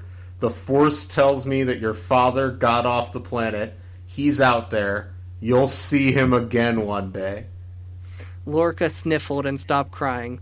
Joe blinked, and for the first time since Starkiller Base exploded, Really, Joe asked. Mattis nodded. Thanks, Bands. Lorica threw her arms around Mattis and hugged him, and Mattis's head swam. She let go, and his head still swam. It's a nice thing you did telling Joe about his dad, she spoke quietly so the others didn't hear. When has hope ever hurt anyone? It might even be true, you know. So you accept it then, huh? That you don't have the Force? Mattis had spent his whole life assuming he had the Force, that he was the wielder of a special power that balanced light and dark, that he was connected with every living thing in the galaxy. Even as he told Joe that he could feel that his father was alive, Mattis knew he was lying, but it was a good lie. It was a lie to give hope to a friend. I don't have the Force, Mattis admitted. I have something better. Don't say friends, Lorica warned him. Don't be such a sap, Mattis Bands. Friends, Mattis finished anyway. He knew it didn't make him a sap. You can stop right there. Okay. Okay. I have a lot to say about this. This book has such a dim view of the Force as a concept. Mm-hmm. And we talked about this a little at the beginning, but it's frustrating because, you know, the Force as an idea is part of what makes Star Wars work. And by the way, the Force is a pretty general idea. We're not talking about believing in the tenets of the Jedi religion. We're talking about the Force as a all-consuming kind of the collective unconsciousness, essentially, given more of a spiritual form. Does that make sense? Yes. That concept. So it's like, this is something that is what is appealing to, I think, the broader audience of Star Wars. When they think of Star Wars, that's what they think about. And I just find this view that it's like, but friendship is informed by the idea of the Force, quote unquote. This idea that everybody is connected to each other is what is. So this idea that it's like, I don't know, whatever. Like this idea that it's like, well, actually the power comes from just plain old fashioned friendship, and like really it's the brain chemistry between people or whatever, and like trying to deny any sort of spiritual element of Star Wars is just deeply irritating. I don't know if that's the actual motivation. I shouldn't impinge that upon them. It might just be like, oh, well, we're telling a story that's not about Jedi, which is like a very popular thing to like say as though that means it's better or whatever, amongst lots of kind of new canon stuff. Although there's plenty of good Jedi stuff in the new canon too, by the way. I'm not a new canon hater by any means. But like, whatever. This was frustrating to me. And also, like, this is presented as though Mattis is doing a really nice thing for Joe because he made up a bullshit story that he doesn't have any way of knowing because he actually can't feel anything in the Force. And I don't know if that's good. Like, what are we talking about here? It's like, I was just watching ER today, and Peter Benton, the god Peter Benton, played by Eric LaSalle, was talking to a kid who had an aneurysm in his brain, and he just gave it to him straight, and that was good bedside manner. Like, you know, you don't just lie to the person and say that, like, oh, everything's gonna be fine. It's like, you know, he said, like, he asked, could I die? And Peter's just like, yes, you could. And then he says, but that's not going to happen because, you know, he needs to give him some hope going into the surgery. But, like, whatever. Mattis is no different than, like, a fortune teller in this scene. Mattis is no Peter Benton, is my point. Yeah, Mattis sucks. So anyway, Poe Dameron, he calms them, and Poe Dameron's like, he's like, did I see a droid flying that ship? A droid piloting a ship? That's against the rules. We can't allow that. And then he's like, but rules? What rules? Because the rebellion back in the day allowed K2SO to pilot a ship. They were completely fine with that. But Poe's just jabbing them. I know, and he's just like, that's where did this come from? It's just the stupid droid as like black people in the U.S. You know what? You know, or as Jews in Nazi Germany or whatever, as oppressed minority, which is like fucking bullshit. Like, it's an offensive analogy to make to actual, like, real-world oppressed minorities to compare them to appliances. It's fucked up. And you know what's also weird about this? You know what? Acker and Blacker, in my opinion, are no different than, like, Paul and Hollis Davies, where it's like they just don't know enough about Star Wars, and they're just making shit up. They know more than the Love of Darth Vader people. I'll give them that. They do. They like do. But they are like still like hacky in that way, where it's and, like well, they're both similar. They write children's cartoons. They're not really right. like interesting writers. Like they're just like they have. I mean, you know, I don't want to like. I'm sure some of their work is fine. I thought the Puss in Boots episode was fine for what it is. I'm not even like I'm sure they're decently talented screenwriters, like at the kind of genres they work in. These books are just bad. They're not good at writing prose. You know, finish up. We'll get to our final. Okay, thoughts. so Poe says that's some of the fanciest flying I've ever seen, even for a droid. Lead us home, J Squadron. So they make the jump to light speed. And I'm going to read the last 2 pages here. Clemo related his tale. He was every bit as excited, as unfocused in telling the story as he was the day Mattis and him met on the transport to Dakar.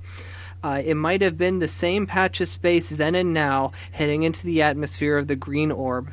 Mattis had met Lorica on that transport too, and he had met the others. Back then, all Mattis wanted to do was be a hero of the Resistance, to follow in the footsteps of Skywalker, Organa, Akbar, Porkins, General Nadine. Now they're alongside Gergerod, Damaris, Hanson, and the rest. He understood that it was far better to fight beside heroes than to be one himself. J Squadron had won its first battle, or at least they had survived it. They would surely be more battles to come. Mattis was certain that as long as they stuck together, J Squadron would win those battles too, and someday he'd get to fly an X-Wing. That's if they don't all immediately die during the events of Last Jedi. Okay. Yes, that's actually the other subject. Like, okay, how many people are left? Are they part of that, like, the small crew that survives? Right, or do they die? I can't imagine they are. Ugh. Hopefully there's no more of these. Okay, so anyway, I kind of started my final thoughts, so let me just wrap up here. Okay. This is just kind of thoughts on the whole series, but I think these books, there's maybe the kernel of an interesting idea here, and it's just they make wrong choice after wrong choice.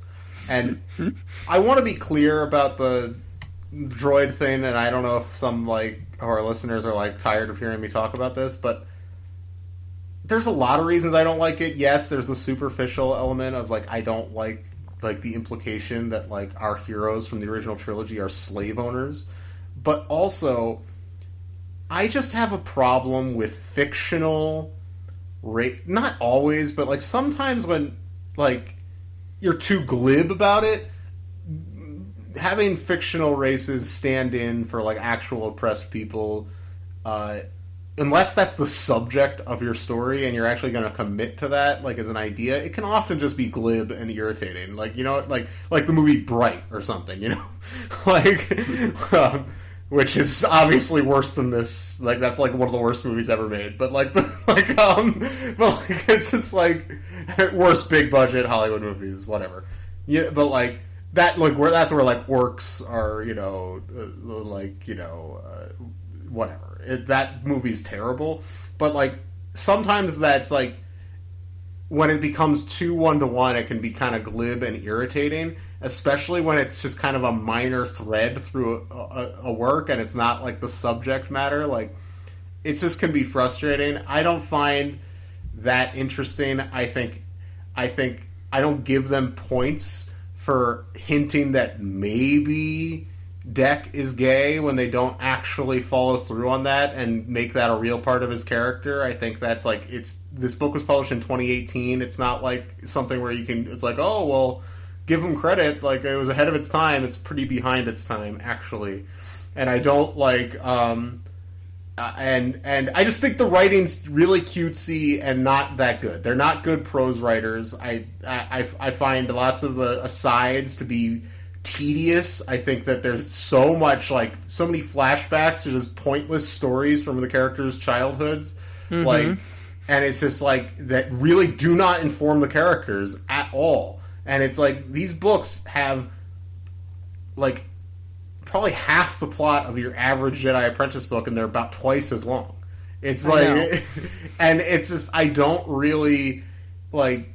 That does. I'm not just comparing it to those books, but like they are similar styles of book, and like it's just not just the economy, but like the actual depth of character work in those is so much stronger, and like these books have, to be fair, they have the challenge of introducing new characters that we don't have an attachment to from the movies, but I do think.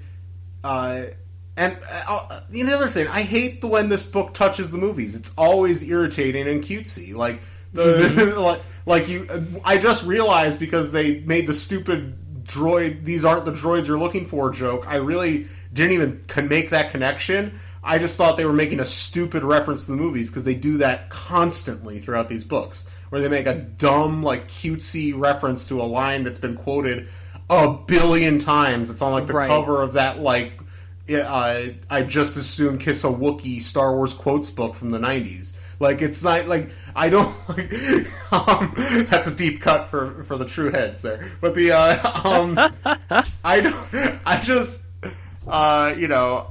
don't know. I don't mean to sound super vitriolic. Like, ultimately, I'm glad we read these. It is the only kind of series of books. There's only one other series of books that we haven't got to from the canon stuff. That's the Adventures in Wild Space. Hopefully that's better.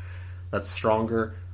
We'll see if we get to that. But, like, I do want to cover new canon stuff, and I feel like, the thing, I think I said this on our last episode about this series, but this really has makes me think back to Guardians of the Whills and think, like, that's, like, just professionally written. Good plotting. It's way better than this. Strong character work. Like, whether you think those characters are particularly interesting or that story is particularly interesting, that's fine. But like that book, I don't know. And I've read some of the other Greg Rucka books that fall under our mission statement, and like it's not like you can't do it. Like Moving Target. I don't know if you've read that one. I have not, but we might get to that sometime. That's a book about Leia. That's a really strong book. So it's not like I'm not an anti-new canon person. I love a lot of the adult novels and the young adult novels that have been written in this timeline. I found these books, honestly,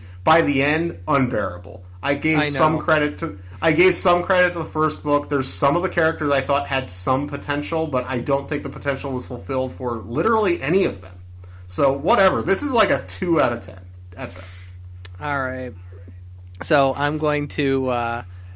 something I do want to touch on is the fact that the rights issue that's being constantly brought up with droids in the Disney Star Wars universe. I don't have as much of a problem with it as you do. I do believe it's kind of forced because in the other movies, they're treated mostly as equals. C-3PO and R2-D2 aren't slighted as characters because of their droids. They're accepted as fully fleshed out characters as all the other characters. So that's where I stand on that. That's true. Yeah. I want to recently, Jon Favreau was quoted having talked about something that George had told him. And he asked George for advice when making The Mandalorian, and George had a very classic George answer. And he said, one thing he said to me was, remember, John, the real audience for the stories and all the myths is for the kids that are coming of age.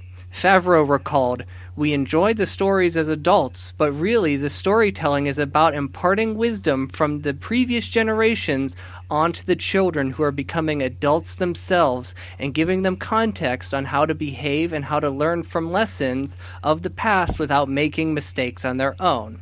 So I pose the question, does this book entertain children, and does it impart wisdom for children? And I'm going to say no. These books are total fluff. And this idea of that, there's no greater force than friendship is like very dull, and it's very shallow of a moral within these books. Yeah. So and I'm gonna it's encouraging. Essentially, little white lies can be okay if they make people feel true. Good. Exactly. That's essentially the final message of this book. Yeah, you can lie if it makes people feel all right. Like, even if it's wrong, you don't have to be honest with them. This is some alternative facts bullshit that they're pushing on us in these books. Like, there might be some alt-right shit in this book because Deck's racist. So, to be fair, I don't want to. I'm sure they're good Hollywood liberals. I just don't think it's like. It's just. I just think that there's not a lot of actual point of view in these books. There's not a lot of actual, like these books are quirky, but they don't have anything. They don't have any. There's no distinctive point of view behind them. Like, it's like the difference between like a Wes Anderson ripoff and an actual Wes Anderson movie. Like, one is quirky, but one actually like has a point of view and has something to say. Does that make sense? Yes, I get exactly what you're saying. It's like rocket science versus bottle rocket. So let's wrap things up here, because this is like, well, something else that this book was pitched on. It was the fact that this is Goonies and Star Wars rolled into one. You, I know, are for a fact are not a fan of Goonies. I've only seen Goonies once. I thought it was fine. I saw it when I was a teenager. I don't think it had much of an effect on me. But I would say Goonies is better than these books, and these do not touch Goonies. Like, anyway. Yes, Goonies is better. I'm not a fan of the Goonies. I like plenty of other movies from that period. You know, E.T. is one of probably my 5 favorite movies of all time. I like Lady Hawk. I like what? You love I Page like Explorers. Master. I know you hate that movie. Like, there's things I like that are in that vein. I don't think this really recalls that kind of movie at all. I don't really understand that. And I even like Stranger Things and like derivative stuff of that. You know, so I'm not cold and emotionless towards that era. I don't really understand, other than the fact that the protagonists are teenagers, how it's really similar to that stuff at all. And in fact, the fact that the protagonists are teenagers is part of what hurts these books. There's a million things. There's a lot. There is a lot.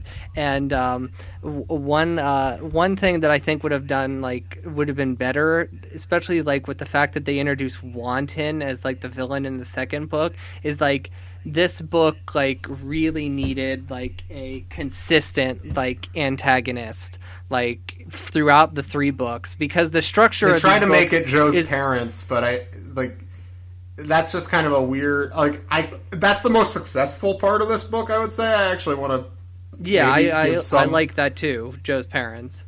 The Joe's parents stuff was actually sort of compelling to me. I just kind of wish Joe was the main character of these books. Joe or Lorica would have been better. Or Lorica, yes. Yeah. Or some combination of them. Mattis should be like a goofy comic relief character, which he kind of becomes in this book, but after we spend literally hundreds of pages with him as the main character. It's like, whatever. Well, that's what's also weird about the structure of these books, and you learned this in that interview with that one of them I posted, when they originally turned in the outline to the Lucasfilm editor, who I can't remember the name of, I apologize. Jennifer Heddle, I believe. Yes. When they turned in their outline, she was like, this is 3 books, right? So imagine if this was 1 book. This would be like a 700-page book if this was one like complete story. It's like a length of Harry Potter. Like, yeah, it would be literally the longest Star Wars book of all time. And I mean, probably not if on word count, but still. And to be 700 pages, think of what, because which was the first Harry Potter book that was 700 pages? Goblet of Fire. Goblet of Fire. Think of how much Goblet of Fire accomplishes in 700 pages. Think of how little. Let's be Join fair. the I don't want to Resistance. compare it to Harry Potter, which is like actually great and a masterpiece. Like I don't like. I'm doing you it. know, I'm comparing it. okay, but like obviously it's not as good as those. I'm not like it's. You know, I don't know. These books. I just think they're a failure, unfortunately. I was really kind of excited to check them out. As much as we've probably, if Acker and Blacker or someone that knows them's listening, they probably think we're total assholes, and that's fine. I don't hate them. I like some of their work. I like the one guy's podcast about writing. Like, I think he's a smart guy. I just don't think these books work on any level. No. It's just that's the problem. There's little kernels of like Joe is the most interesting character. If this book was about the legacy, the weird legacy of him being part of the Resistance and his family being this great empire like legacy family, to me that's clearly the pitch. I don't understand how that's not like you know what I mean? Like that seems like the clear that's a slam dunk idea, even if with some of the cutesy writing and stuff. To me, that if that was the primary focus of these books, that would really carry it through. And it just, so that's what I'll say. I like that character. If any of these characters are brought back in any form, I hope it's him. Well, I have a ranking of J Squadron. I did a ranking, and my ranking of J Squadron is Joe, Lorica, AG, Sari, Clemo, Deck, and at the bottom, Mattis. Worst character. That seems almost exactly right. I don't really I can't argue with that. Joe's the most interesting character. Lorica's the most second interesting character. Her only flaw is the fact that she's a Jedi denier, but she does the most in the book, and she has the most understanding of what's going on. AG is the second most understanding of what's going on. A big standout of AG is the whole act that he put on at the prison. Next best is Sari. Sari helps out. Sari has the muscle. Sari's the math expert. Sari's one of the most genuine people in all of J Squadron. Sari's cool. Clemo, another genuine person. There's nothing you can really say bad about Clemo. Deck is a racist, and Mattis just sucks. That's the ranking. Honestly, Mattis is like I think I would have had a lot of the same problems with these books regardless. Like I don't like their prose, all that stuff, but Mattis is so bad, he sinks the whole Enterprise. Mm-hmm. He's a terrible character, and the fact that he's essentially the main character, there's anything salvageable, is tainted by him, and it's just it's a problem. So, and something else I've also discovered here, and let's actually shift this into now the I like that Wikipedia segment. Wanton. This is not Wanton's only appearance. Oh. Wanton first appeared in Acker and Blacker's From a Certain Point of View short, Bump, which is, of course, about the stormtrooper that Obi-Wan Kenobi mind tricks on Tatooine. So this is Acker and Blacker getting their hands on the original trilogy and trying to make something of it. And not only is he the stormtrooper who gets mind tricked, he's also the stormtrooper that hits his head in the doorway in the Death Star. So he went back to the Death Star? He went back to the Death Star, and he's one of those some Rogue One with Dr. Evazan shit, where he was on Jeddah a day before. I know. He made it back, and he hit his head, and he's the doofus stormtrooper, and then he ends up becoming this character. So he is, whatever. This is funny. I'm looking at the behind the scenes here. In the commentary for Attack of the Clones, George Lucas suggested that Jango Fett's head bumping trait was cloned into all the stormtroopers, implying that the stormtrooper who is Wanton was a clone. However, this is contradicted in a certain point of view. I like that explanation way better than this. That's way funnier. That's actually just funny. I know. I know. I'm going to take that as canon. It comes from the creator's mouth. Who do you trust, George Lucas or Acker and Blacker when it comes to Star Wars? Wait, so Jango Fett hits his head in the Slave One? I don't remember this at all. There's a head I bump. don't either, but I'll have to rewatch it. I've been watching Attack of the Clones a lot lately, actually. So. All right, so that's that. So and then what'd you give it? What was your score? Oh, I actually didn't score it. I'm gonna give it 3 stars, and I'm gonna flavor it. Ugh. I don't know what the hell I'm gonna flavor this. None of these people believe in the Force, so no, none of them are like deserving to be like even ranked.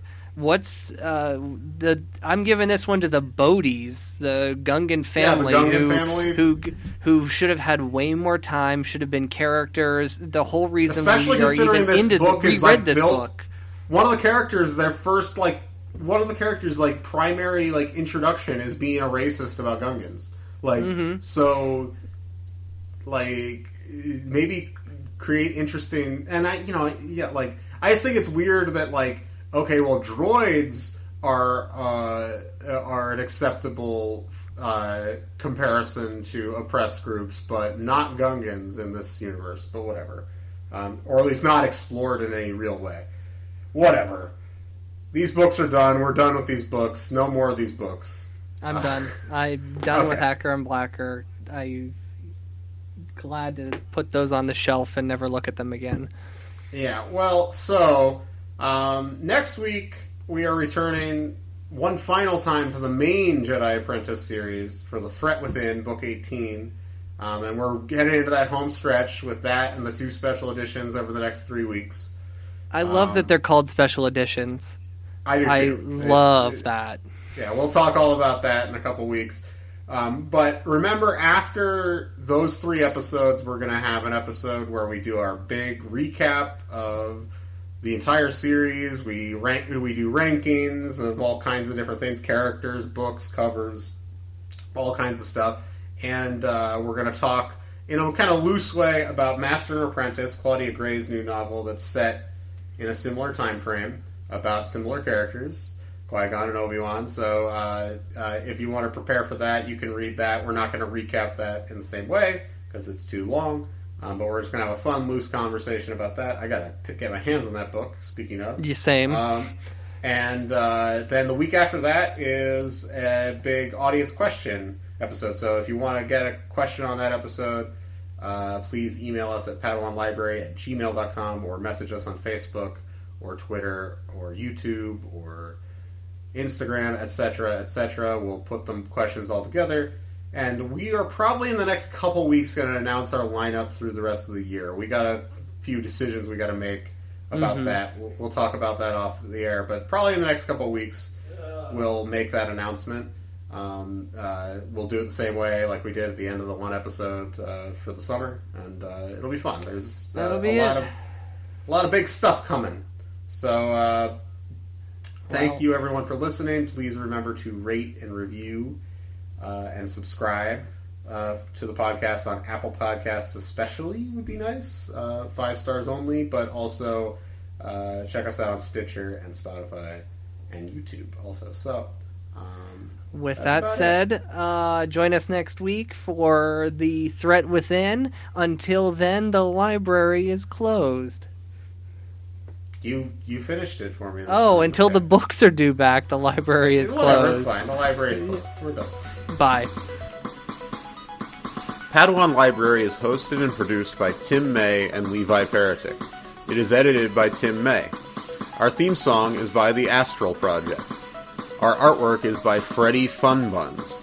Padawan Library is copyright 2019 by Tim May and Levi Peretic. All rights reserved.